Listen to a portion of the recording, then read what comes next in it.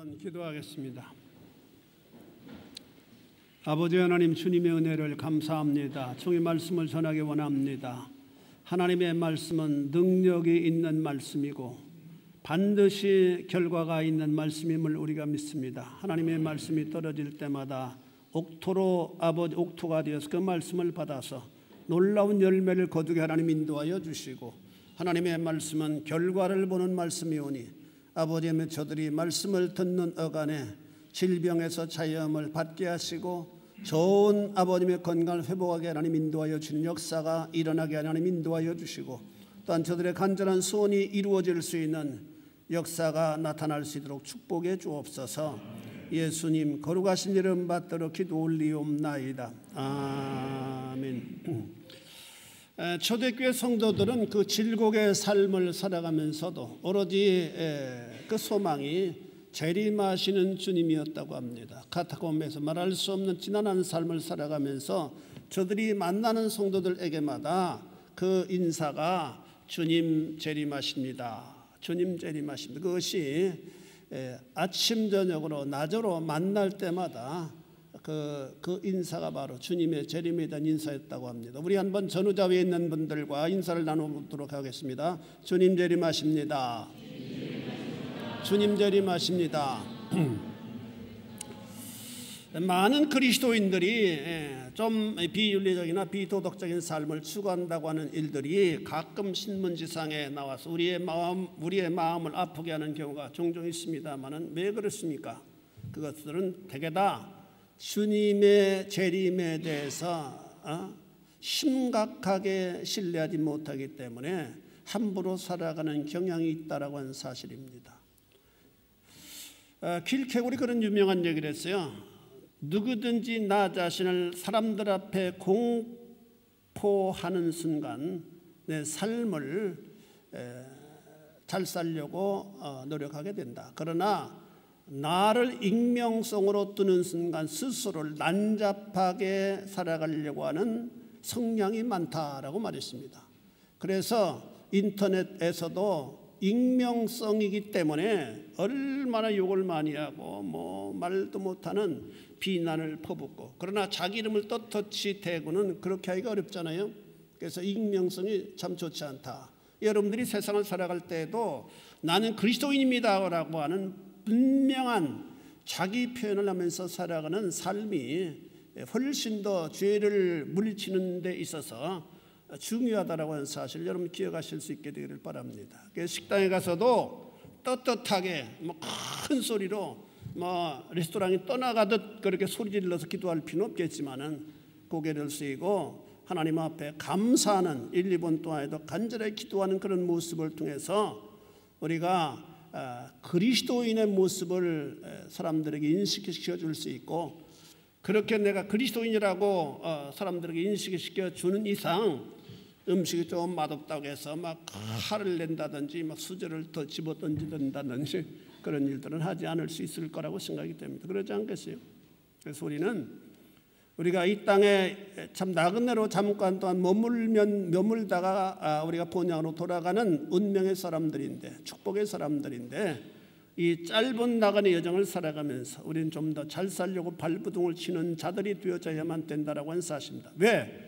주님이 재림하시기 때문에 믿으시길 축원합니다. 1986년 8월 22일 한밤중에 아프리카 중서부에 있는 카메룬의 한 화산에서 유독가스가 분출해서 최소 1700여 명의 사상자가 생기는 참사가 일어났습니다. 갑자기 일어난 사건이었어요. 카메룬 북서부에 위치한 니오스호에서 이산화탄소를 비롯한 호남 유독가스가 수면을 뚫고 뿜어나와서 주민들이 잠들어 있는 3개의 마을을 뒤덮어 버렸습니다.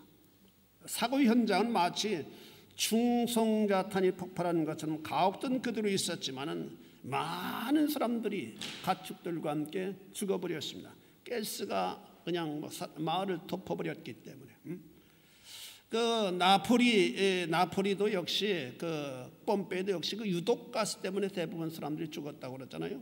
전혀 예기치 못한 상황에서 일어난 사건입니다.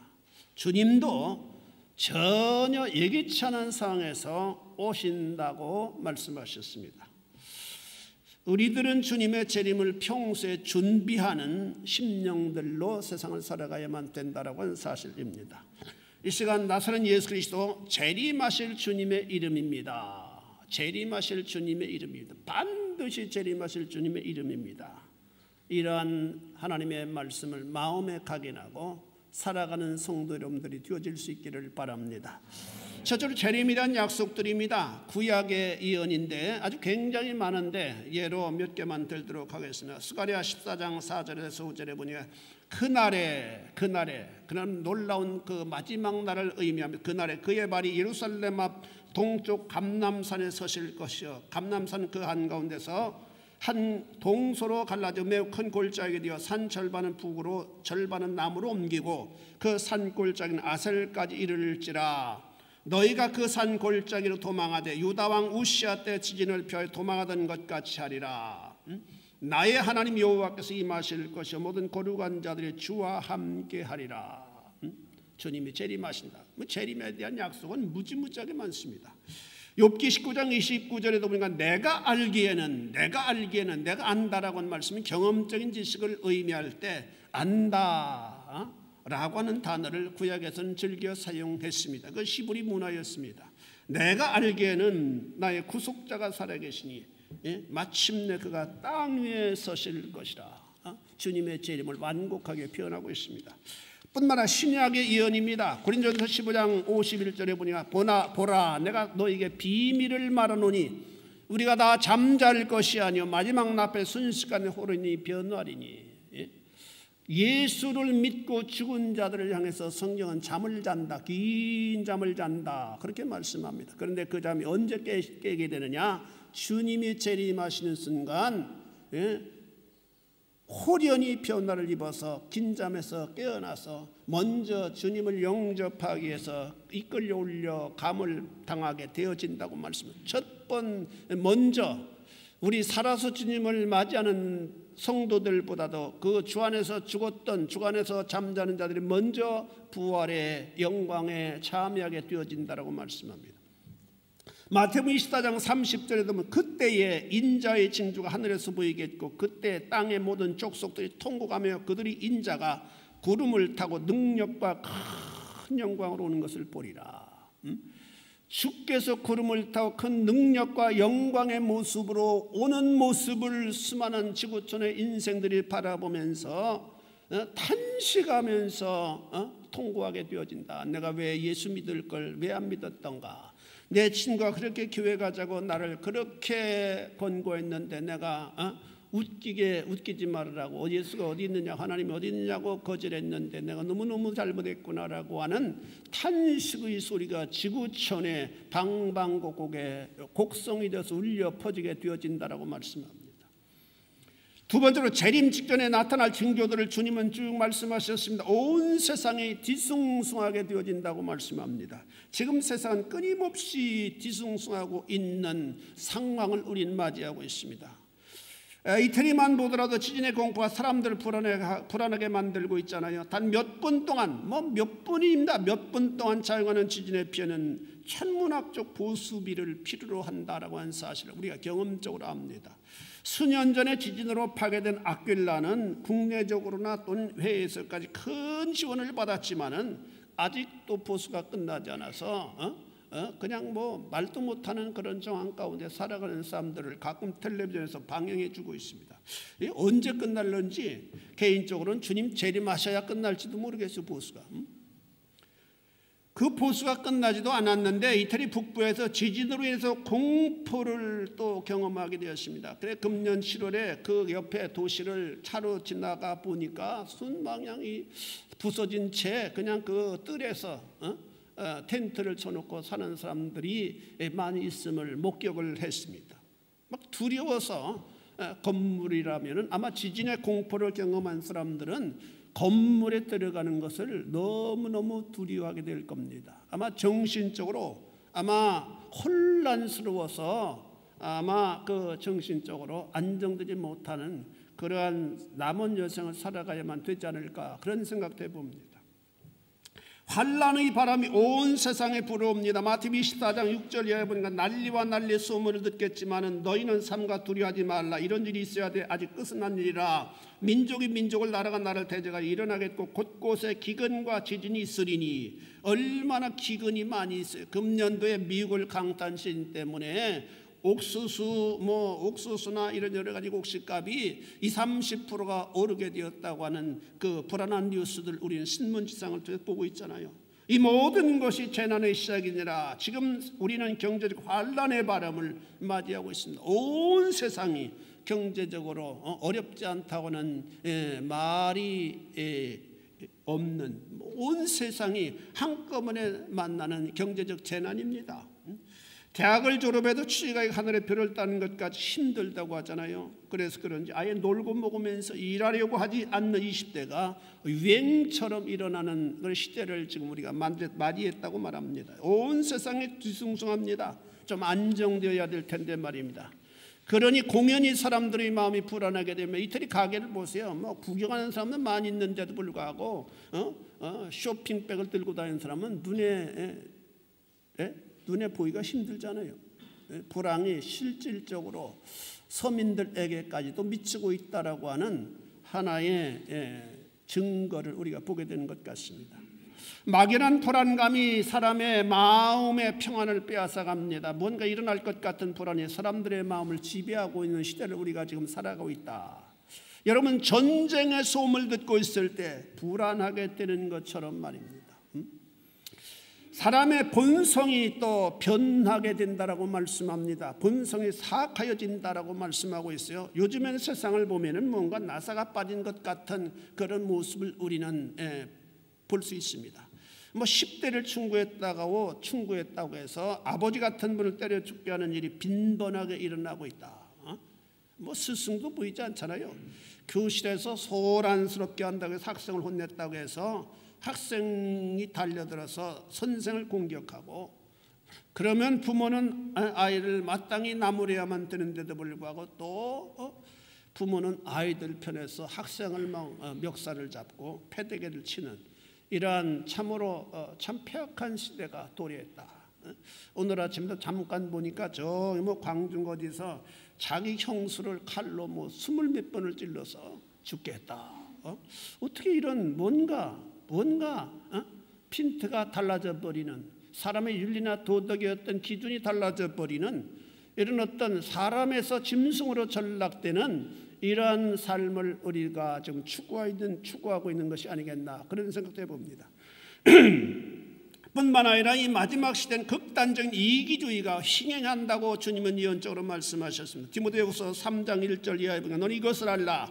말세에 고통하는 때가 이르러 사람들이 자기를 사랑하며, 삶의 모든 중심이 자기 자신입니다. 자기 자신. 그래서 이웃이 어떤 상황에 처하든 관심을 두지 않습니다. 내중심주의적으로 세상을 살아갑니다. 그래서 내가 조금 기분만 나쁘면은, 어떤 사람이 그렇게 살아가는 사람을 방영을 하더라고요. 기분만 조금 나쁘면은 자기보다 약한 사람은 사정없이 폭행하고 죽이고 하는. 어떻게 세상이 이런 세상으로 전락되었는지 모르겠어요. 또 지나친 탐욕을 추구하게 되어진다라고 말씀하며, 디모데후서 3장 2절에 보니까 사람들이 자기를 사랑하며 돈을 사랑하지 않았던 시대는 아무도 없었겠지만은 그러나 극단적으로 돈만을 추구하는 시대가 아마 이 마지막 시대라고 하는 말씀입니다. 돈 때문에 신앙도 얼마나 팔아먹을 수 있고, 정절도 팔아먹을 수가 있고, 인륜도 팔아먹을 수밖에 없는 시대를 우리들이 지금 살아가고 있다. 돈 때문에 부모나 아내나 남편이 유대 해를 가하는 일들을 흔하게 저지르는 시대입니다.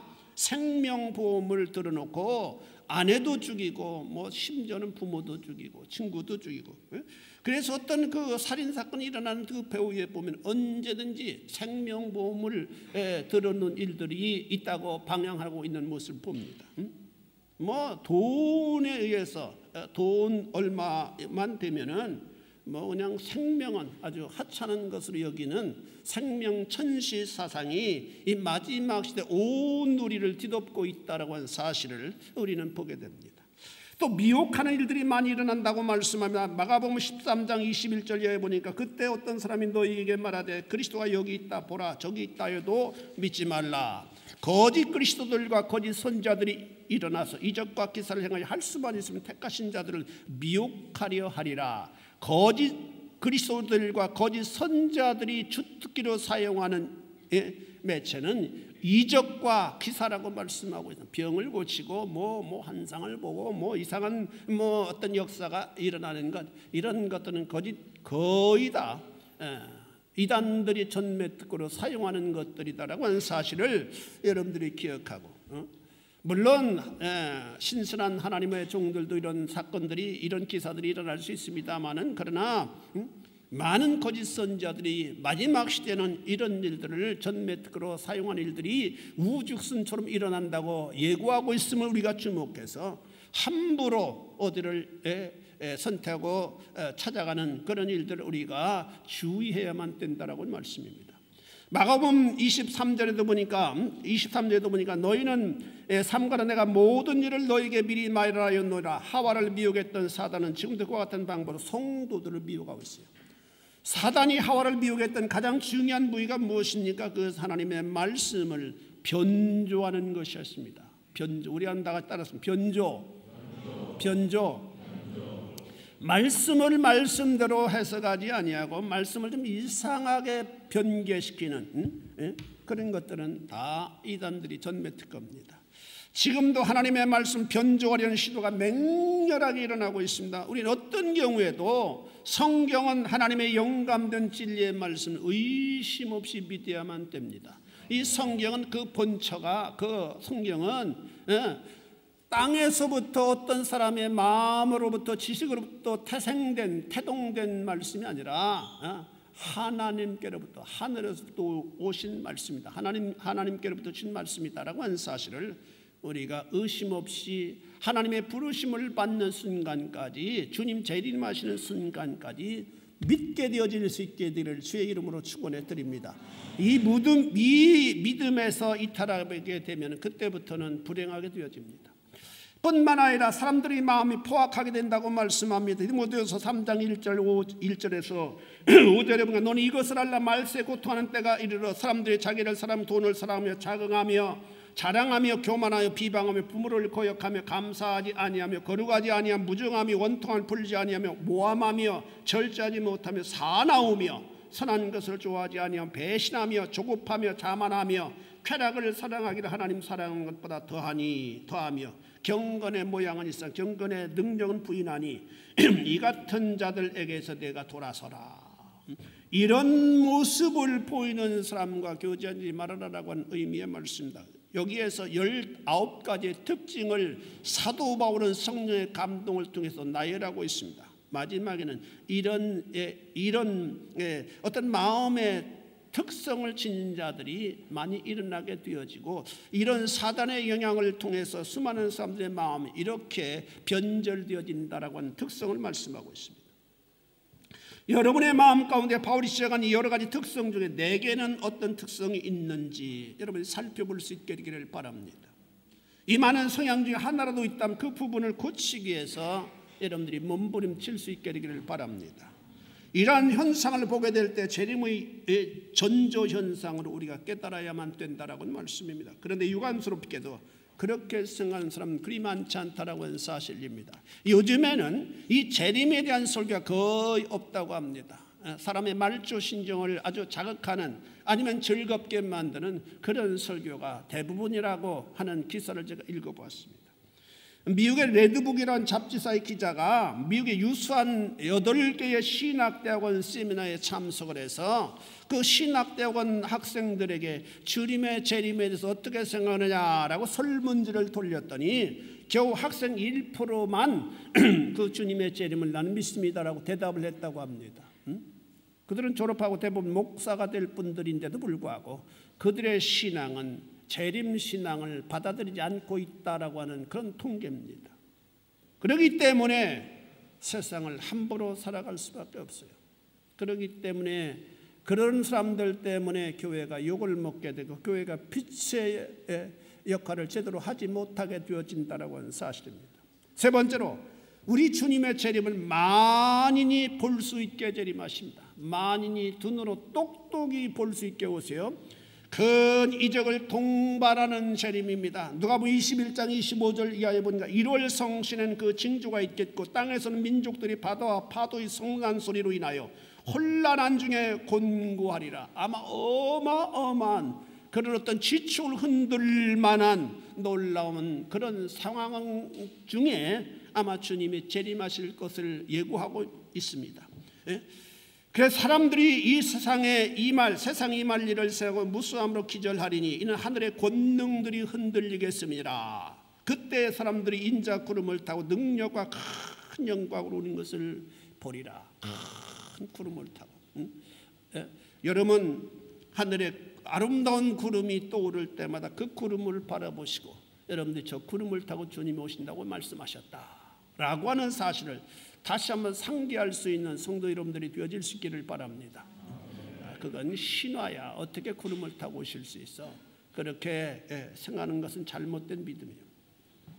온 세계에 동시적으로 주님은 재림하십니다. 마태복음 24장 27절에 보니까 번개가 동편에서 나서 서편까지 번쩍임같이 인자 임함도 그러하리라. 번쩍할 때 그 번쩍하는 번개를 사방에서 모두 인지할 수 있는 것처럼 주님의 재림도 순간적으로 온 세계가 일시적으로 느낄 정도로 오신다라고 말씀합니다. 주님의 재림하시면 점진적으로 오신다거나 시간을 두고 오시는 것이 아니에요. 지금 시작해서 한 10년 정도 20년 정도 조금씩 오시는 것이 아니라 순간적으로 재림하신다. 온 세상에 동시에 오십니다. 아마도 그러므로 인해서 한쪽은 대낮이 될 수 있고 한쪽은 새벽이 될 수도 있고 한쪽은 아마 밤이 되어질 수도 있으리라고 생각합니다. 그러나 낮이든 밤이든 새벽이든 모든 인류가 오시는 주님을 잠을 깨서 똑똑히 목격하게 되어진다라고 하는 말씀입니다. 뿐만 아니라 만인이 본인 중에 재림하시는 마태복음 24장 30절에 보니까 그때 인자의 징조가 하늘에서 보이겠고 그때 땅의 모든 족속들이 통곡하며 그들이 인자가 구름을 타고 능력과 큰 영광으로 오는 것을 보리라.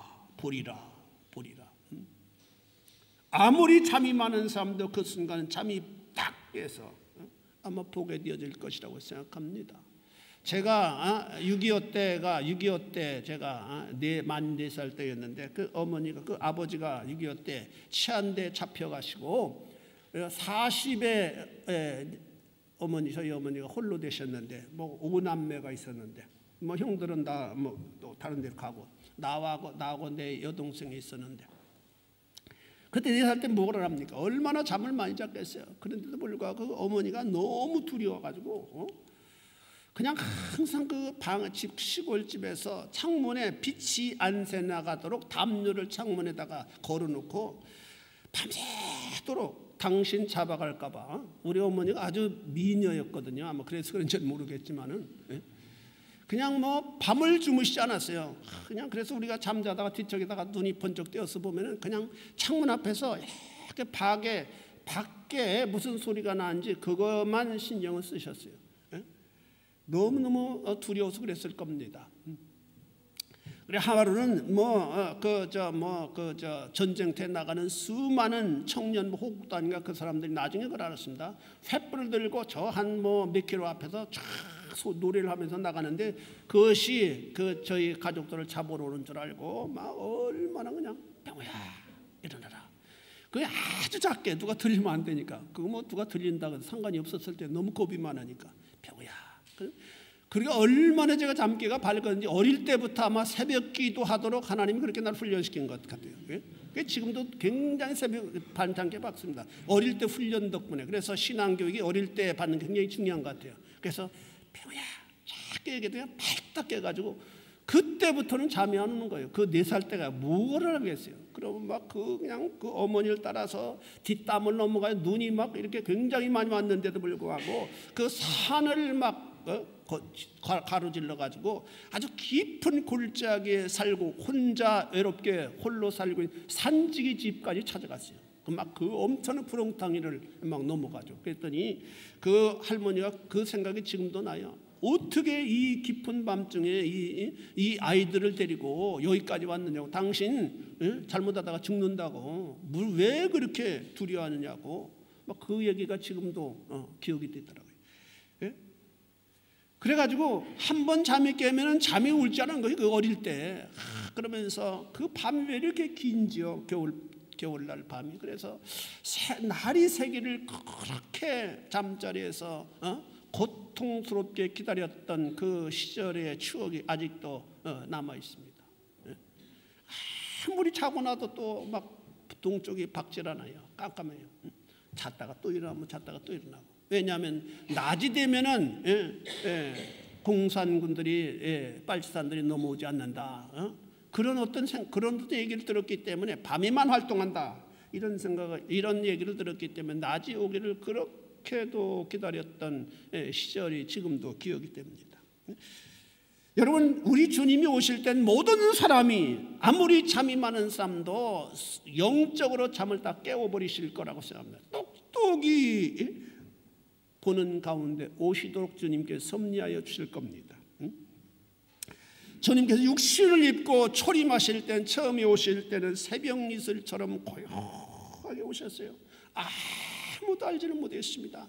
메시아로 베들레헴에 오시는데도 불구하고 그 동네 사람들도 메시아가 오시는 것을 아무도 알지는 못했어요.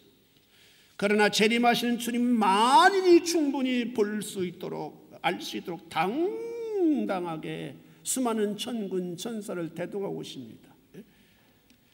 주님께서 영광과 능력으로 구름을 타고 오실 때 예수 믿기 위해 수많은 고난과 눈물을 흘려야 했던 성도들은 벅찬 감격과 소망을 가지고 할렐루야로 재림하신 주님을 맞이할 수 있을 것이라고 생각이 됩니다.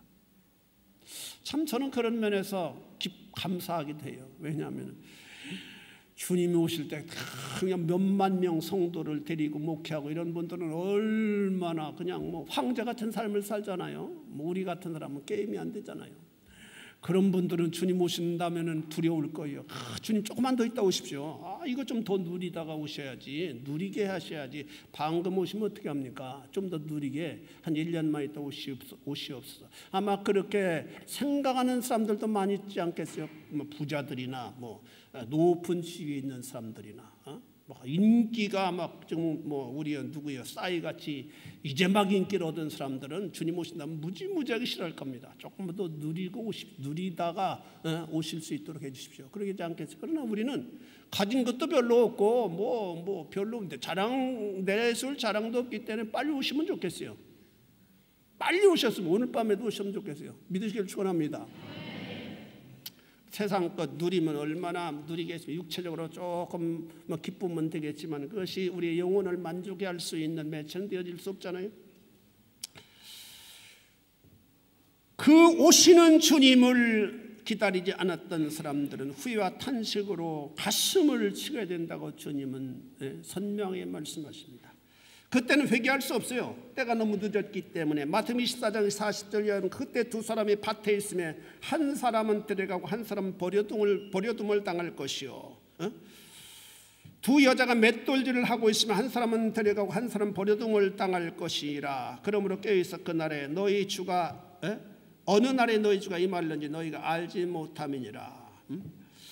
기회 있을 때 믿고 구원받아야지. 주님이 재림하신 상황에서는 너무 때가 늦었습니다. 회개할 수 없어요. 우리 이 사실을 깨닫고 오늘을 헛되게 보내지 말아야만 됩니다. 그래서 보라 지금 은혜 받을 만한 때, 보라 지금은 구원의 날이라고 사도 바울은 고린도후서 6장 2절에 선포하고 있습니다. 바로 오늘이야말로 주님의 재림을 영광 중에 맞이할 수 있는 날이요 축복의 기회를 만들 수 있는 순간이다라고 하는 사실입니다.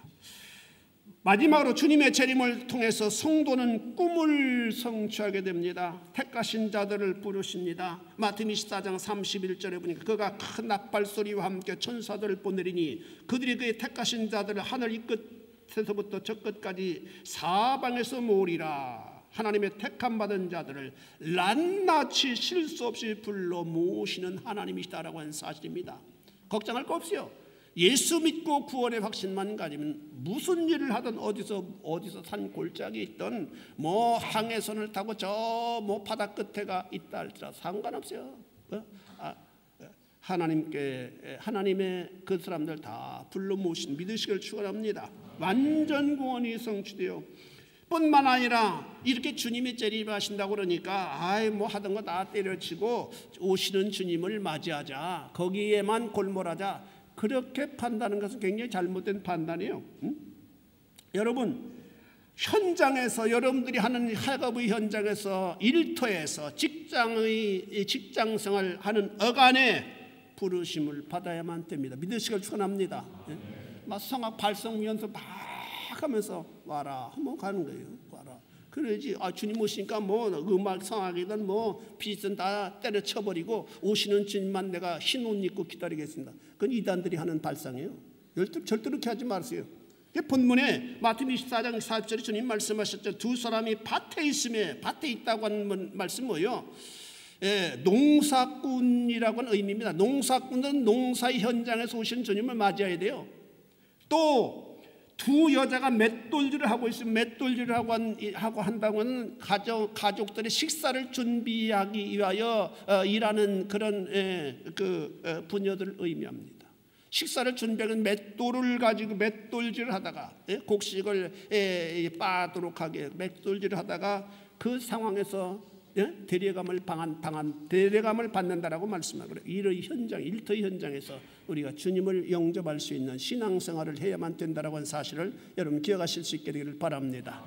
성도는 변화를 입고 공중으로 이끌려간다고 말씀합니다. 데살로니가전서 4장 16절을 위하여 보니까 주께 소령과 천사장의 소리와 하나님의 나팔로 친히 하늘로부터 강림하시리니 그리스도 안에서 죽은 자들이 먼저 일어나고, 1번으로 예수 믿고 죽은 자들, 잠자는 자들이 일어납니다.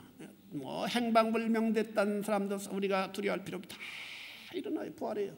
바다에 죽은 사람도 바다에서 다 부활시키고 다 부활합니다. 그 사람들이 먼저 공중으로 주님을 영접하기 위해서 이끌려감을 받습니다. 그 후에 우리 살아남은 자들도 그들과 함께 구름 속으로 끌려올려 공중의 스스로를 영접하게 하시니 그리하여 우리가 항상 주와 함께 있으리라. 주와 함께 있으리라. 주님 재림하신 날 성도는 호련히 변화되어 공중으로 이끌려감을 당하게 됩니다. 이 영광스러운 순간을 내다보면서 성도는 소망을 가지고 다시 오시는 주님을 앙망하는 삶의 길을 걸어가야만 합니다.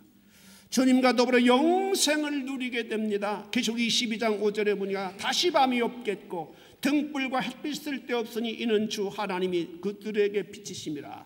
그들이 세세토록 왕노릇하리로다. 우린 주님과 더불어 왕도로 탈 수 있는 자들이라고 하는 자부심을 여러분 가지실 수 있게 되기를 바랍니다.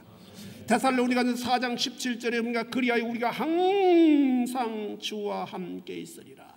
그곳은 눈물이나 고통이나 슬픔이 없는, 이별이 없는 곳입니다.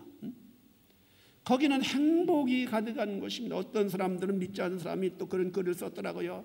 천국은 행복이 너무 많은 곳이기 때문에 행복이 계속되면 금방 권태가 오지 않느냐. 인간의 쪽방 많은 머리에서 나오는 잘못된 발상이요. 그렇다면 천국에 갈 사람이 누가 있겠어요? 이상같이 권태가 온다면. 그렇지 않아요. 권태가 없는 것입니다. 늘 기쁘고 즐겁고 소망이 넘치고 주님과 더불어 안녕이 충만한 것입니다. 믿으시길 축원합니다.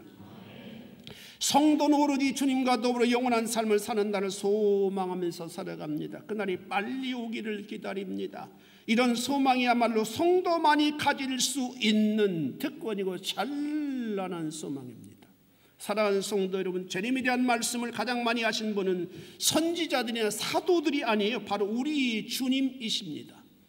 주님께서는 재림에 대해서 자주 말씀하셨습니다. 그리고 반드시 재림하신다고 강조하셨습니다. 왜 그렇게 재림에 대해 빈번하게 말씀하셨을까요? 재림을 통하여 하나님의 구속 사역이 완성을 이룰 수 있기 때문입니다. 고로 필연적으로 주님은 재림하실 수밖에 없어요. 주님의 재림이야말로 하나님의 창조가 완전히 회복됨을 의미하기 때문입니다. 지금 만물은 주님의 재림을 목마르게 기다리고 있다고 말씀합니다. 사람만 주님의 재림을 기다린 것이 아니라 만물이 다 주님의 재림을 기다린다. 아담과 하와로 인해서 만물들이 함께 더불어 저주를 받았기 때문이라고 말씀합니다. 로마서 8장 20절에 보니까 그 바라는 것은 피조물들도 썩어짐의 종로로 탄 데서 해방되어 하나님의 자녀들의 영광의 자유에 이르는 것이니라. 주님이 재림하셔야만 이 만물들도 온전한 회복을 꾀하게 되어집니다.